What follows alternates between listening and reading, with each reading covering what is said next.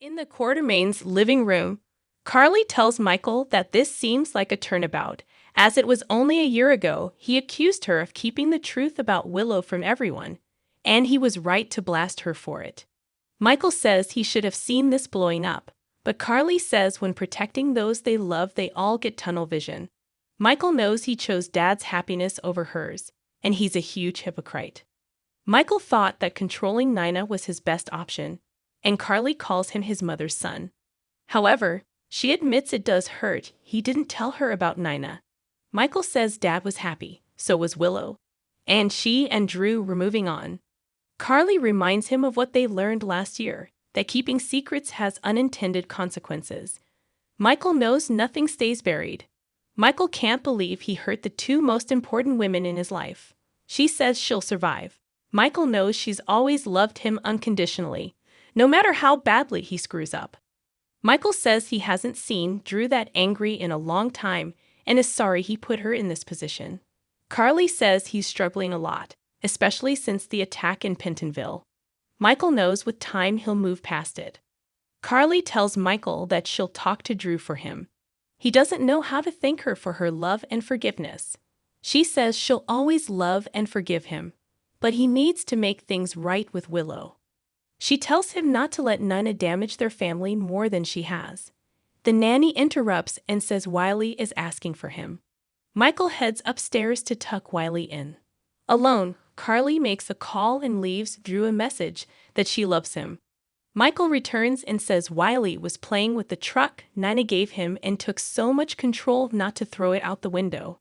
Carly says Nina being out of their family and their lives means they don't have to pretend to put up with her. As much as she wants payback, Carly says she is ready to move on. Her mom's death taught her that closure means letting go. She suggests he do the same. Carly leaves, and later Willows shows up from work. Michael offers to give her space, but she asks how he's doing. He says Drew gave him a verbal beating, which he deserved, and Carly forgave him. She says it wasn't her who told Carly and Drew. Michael knows it was Nina, and that's why he wanted to protect her from Nina. Willow says that is the problem. She deserved to know the truth about her mother. She says Nina is awful, but that doesn't absolve him. Michael says he only wants forgiveness. Willow says that can't happen overnight, and she's too tired to get into this. Suddenly, Wiley appears and asks if it is time to go home. Willow says it's past his bedtime, but Wiley says his dad never came back to read him a story. Wiley wants to go to their home, and he asks when they will all be together again. TG meets his mom at the PC grill. He lets her know they possibly conceived her grandchild today. She says she'll pray it was successful. TG can't believe it's finally going to happen, and he never thought Christina would be their donor and surrogate. He notices Jordan is quiet and not weighing in. He asks what she thinks about Christina being their surrogate. Jordan thought they were going to wait a bit before trying again.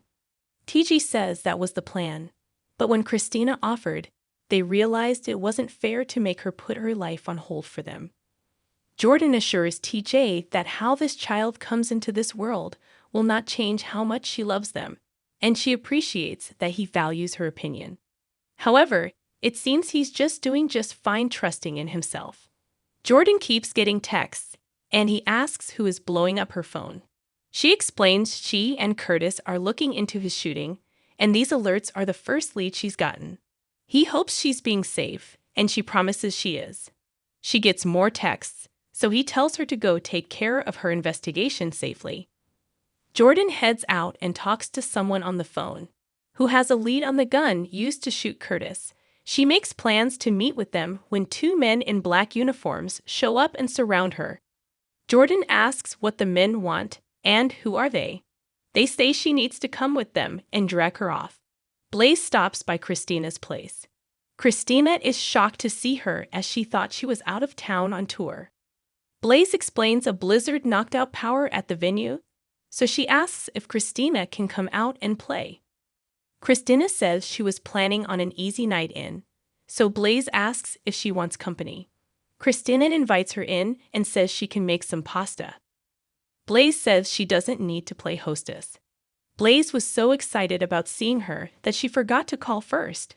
However, it hasn't been easy getting her on the phone, and it feels like she's pulling away. Christina claims she's just been busy with the center and her sister. Blaze says it's obvious she did something to hurt her, so help her understand.